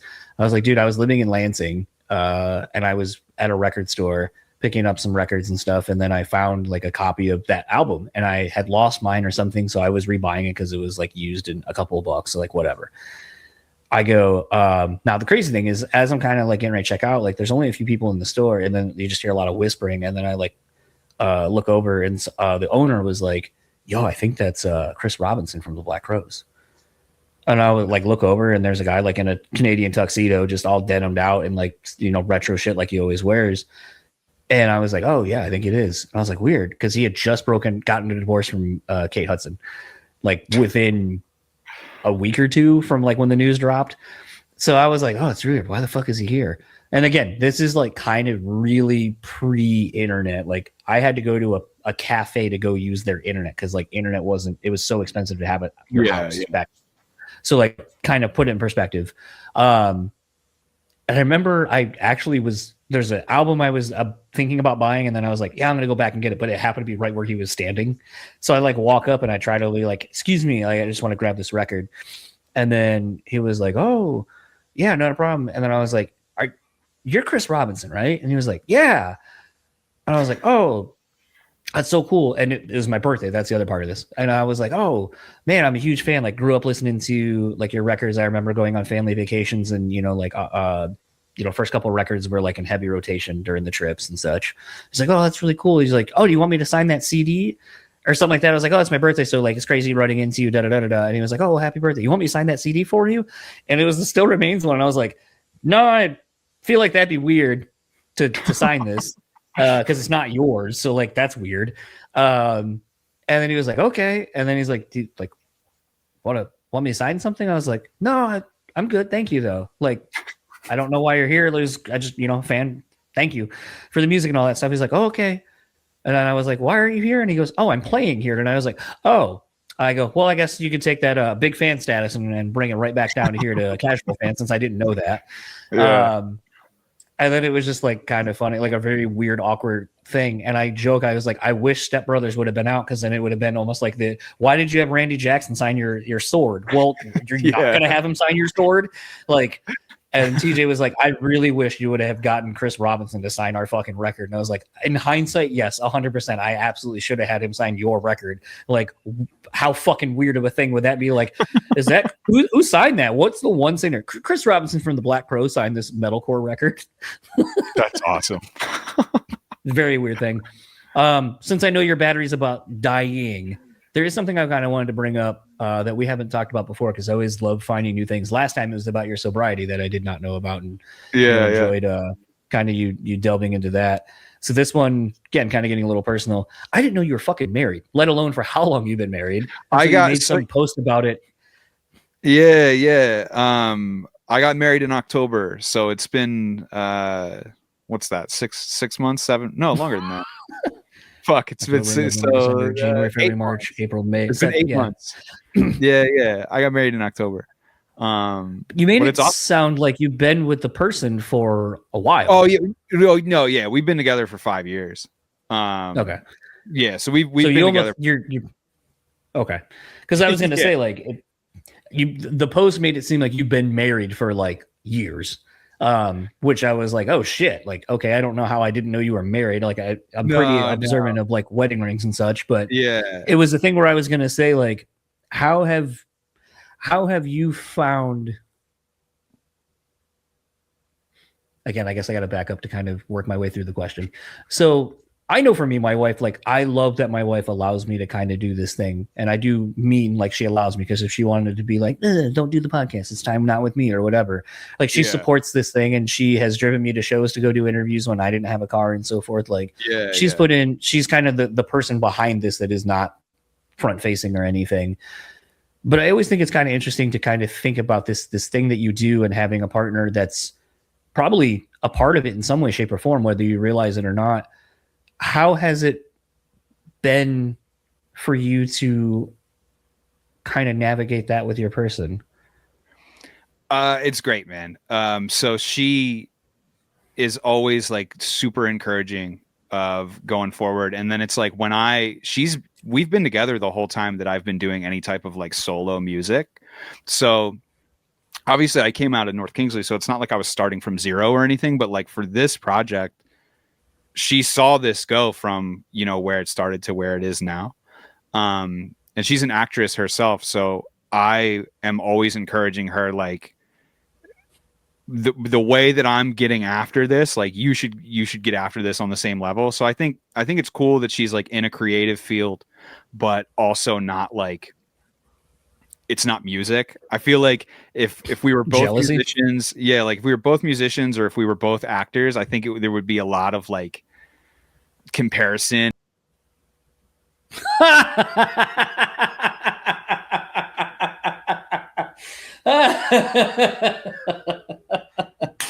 And the battery fucking died right there. That's great. That is so great. I'm going to pause this because I know Ray is probably going to text me, and I'm using my phone as the camera. So going to pause this for those that are listening or watching. Hold on. We'll be back over there. So you're back. You're on your phone. And that couldn't... Is it going? Yeah, it's going. Oh, what's happening? It was going. You got rid of your video. I feel like an old man. I don't know what's going on anymore. Oh shit. Good. I'm back. There you go. I can't hear you at all. I was trying to adjust the volume. You can't hear me? I don't know if you can hear me or not. I can hear you.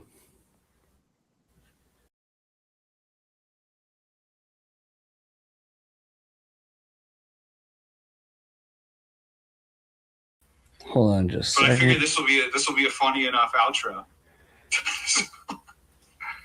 Yeah. So it is picking up this. So for those that are potentially listening and watching this right now on the video version that has nobody on the screen, Ray and I are FaceTiming each other to finish this out. So the audio you're going to hear is from my phone being on the other side of my microphone, which, here's a fun story. This, before I knew how to do an interview, like how to do the podcast, I literally would just set up like an iPad on the opposite side of my microphone, and this is how I recorded everything, with like the phone on the other end on speaker, and then I would just like stay quiet on my end, like I just wouldn't talk. And then Oh my God. oh yeah, it was so punk rock DIY shit, because I was like, oh, I'll figure it out, but it's not going to stop me from doing the thing. So anyway, I had asked you about your wife. You were starting to say, like, you think because you guys are not in the same creative medium, like she does acting, you do music, and then you basically cut out shortly right after that. Yeah, she decided the podcast was over and cut me out. No, I think it's awesome because, like I said, so she's an actress and I'm in music, but I think if we were both in the same field, there would be almost like a competitive nature to it, you know? Where, like, you know, if I had more traction or if she had more traction online or whatever, like, it would be kind of an issue. But I think it's great that she's creative because she can totally, like, understand that, hey, no, like, I do need to spend X amount of time on something that might seem stupid, but it's actually how I'm paying my bills, you know? Like, if I need to record for however many hours or whatever. But even, like, in the new house, I'm setting up, like, a proper studio with, like, a vocal booth and stuff. But right now, it's just, like, we have a spare bathroom over here that I completely put acoustic foam up in. And, like, so there's, like, a non-functional bathroom in our house that's, like, operating as a vocal booth right now. And I don't get any shit for it, you know? So well, that's because she can do her ADR for like films herself or like lines. She has done like voiceover stuff, and ADR stuff has totally gone down in the bathroom booth. That's what I call it. But yeah, so I guess that's the end of that story. It almost would have been funnier if it happened during the Gary Busey story. You're like, so there I was. I went to the liquor store as a 19-year-old, and then nothing. But it made it through somehow. I just don't have a laptop charger like up in this room, and I charged my laptop. I was like, it'll make it through, but I guess it's fucking totally crapped out. It was like, you know what? I'm done with this podcast too. Yeah. So to not make this drag out any longer where you have to look at the top of my head, obviously you're saying shopping new music. I would assume at this point there's probably it's probably, I wouldn't say that, and it may be a bidding war, but I was going to say probably looking at more of just like, where does it logistically fit for us? Where do we want to put stuff out? Figuring out all like the things like that to make it make sense for everybody. What do you feel more pressure to do it now that there's kind of higher stakes involved, and that there's people that are, for lack of a better term, like investing in you more than now, like you invested in yourself and like are on the precipice of reaping those rewards? But is it scarier? It is scarier. I think to go back to like when I worked with Puyan from Scary Kids, we're actually talking to some of the same labels. They're independent now, and they're looking for who's going to put out their next record. And he offered me some pretty good perspective on, like, he was like, you're in a position that a lot of artists aren't in, which is you're already making money off of this.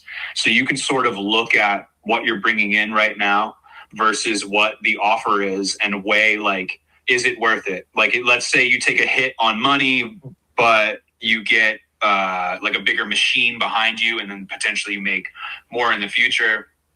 And obviously it's like, I don't want like to talk about it like it's just a money thing. I'm sure can turn a lot of people off, because like this is art at the end of the day. So like I am really focused on like the art aspect of it, but like, bro, I got bills to pay, so I'm just trying to figure out what is the best way to go, and where the album is going to live ultimately. I mean, worst case, it stays where it is right now. Best case, the numbers work out, but I don't know. We'll see. I do, as far as the pressure thing goes, right now, I don't feel a ton of pressure because the record's already done. So like anyone that I'm talking to has like heard the record. It's not like it's this like, oh, we'll give you, you know, however much money, and then you have to make a record for us. I think that scenario would stress me the fuck out. But because essentially I'm showing up with a product already ready, I'm not stressed. I will be, like, let's say I take an offer, I will be stressed when it comes time to make the next record that they are funding. That 100% will stress me out. I'm intrigued to talk to you on the other side of that. Yeah, for sure. Atlanta will have changed you. You'll have like some trap music on in there as well all of a sudden. Yeah. I mean, hey man, I spent years doing music like that. That was something I did forever. It's funny when you were talking about how when you clip out stuff from the podcast, like you rarely do clips of yourself. I, for a while, was in like a rap duo with another guy, but I like made all the beats and I recorded everything. And when it came to mixing the vocals, I always mixed my shit quieter than him. Like I would do like one take on mine and trust me, the band was bad. Like it's not like we were good. If anyone can find it, like it's not good. But I would mix his vocals crazy, and I would do like all these effects and like stutter stuff because like that was popular at the time. And mine was just pretty straightforward. Like maybe I would distort them some or whatever, but I was always mixing my shit lower than him. I don't remember how I got on that tangent, but that was the thing. I recently reconnected with that guy. We hadn't talked in 10 years, and we talk pretty frequently now. So like that's cool. Well, maybe that second verse will come back now. Yeah, no, that's not the song. But, no, I know. Yeah. It's funny. Maybe I'll look on my laptop. I don't even know if I have the fucking second verse to that one song. But you got to keep all the ammunition for shit, because like on hard drives I have things, because like inevitably like we do, where you either talk a little before or after. Like I used to, just so I didn't forget to hit record, I would just be like, hey, we're recording. But like when I do the intro to the thing or whatever, like when I tell you, hey, we're recording, or I'll let you know while it's recording, like, hey, we're going to start now. But I have like a lot of people talking a lot of shit about a lot of other people in those things. And my wife has always been like, if we ever got a divorce, I'm just going to open my own show and call it Clickbaity. And I'm just going to spill all the secrets and grab all the audio that I know you have and just fucking let it rip. And I was like, about going out in a blaze of glory. Like if you're just like, oh, I'm going to, maybe I'll cut the podcast after 10 years. Like your last episode can just be like fucking people just ripping into each other when they thought they weren't being recorded. Yeah. 20. So we're almost at the halfway point. Obviously, new record might come out this year. If I'm. Yeah. I don't foresee it going past like October. Like if I have it my way, I want it to come out like around October. Okay. And unless someone like buys it and really throttles it and is like, no, we have to put it out next year, then like that's a whole other thing. But as of right now, who knows? But hopefully like October is when we can get it done. I'm trying to think of the right word for this. What is one thing you want to manifest to happen as a result of this record dropping? There's actually a lot, so I'll tell you, but you have to. This actually can't go on the record. Okay, so you can tell me after. Say the thing that you can say, and we'll. Yeah. Let me see. Well, I have a mortgage on a house now, so I'm hoping the mortgage goes well. That's my main thing. No, I think for me it's cool enough that there's interest in the record and that the record is being shopped. Like I think a lot of the time it's hard for me to take stock of where I was versus where I am now, right? And sometimes it's like I had all these like big dreams and ambitions when I was a kid trying to be a musician. And if I just like write down everything that I ever did on paper and like the successes that I had as a musician, and I like showed it to my like 15-year-old self, I would be so proud and so happy, So it's weird to be caught up in this situation where I also feel like when you're actually living it though, it's never enough. No. So when I think about like what I want the record to do for me, it's I would love for it to take me like to the next level. I'm really trying to work on like a European tour. Because I get all the time people like want me to come to Germany and Brazil would be crazy, but people definitely I get to come to Brazil DMs all the time. But specifically Germany, I really want to do, and so I'm talking to like booking agents over there and trying to figure out like the visa situation and shit like that. So in a broader sense, like I want the record to take me one step further than I am now, but I'm like fully aware that whenever I get there, it's never going to feel like enough. And that's something that I'm trying to really figure out how to navigate. Like I tell people all the time, I've befriended and met and passed by plenty of other like way famous musicians. And one thing that I can take away from 99% of them is that all of them like want more. And I'm really trying not to feel that way and trying to just like take stock of the successes that I have, and like appreciate them for what they are. Yeah, I would have said Warped Tour. I have a pretty good line into Warped Tour though. Yeah, but I was really hoping that I could get on like a fucking noon slot this year, but maybe next year. We'll see next year. All right. Where can everyone find you, or anything you would like to plug online? Just Ray Hawthorne. If you Google me, I come up. It's on Spotify and everything like that. All right. Thank you so much for taking the time, and I'm looking forward to finding out what actually you wanted to say that I would have to cut out anyway. But yeah, for sure. Yeah. But thanks as always for coming on and shooting the shit. It's always a great time reconnecting and chatting with you for the show. So I always appreciate it. Hell yeah, man. Yeah.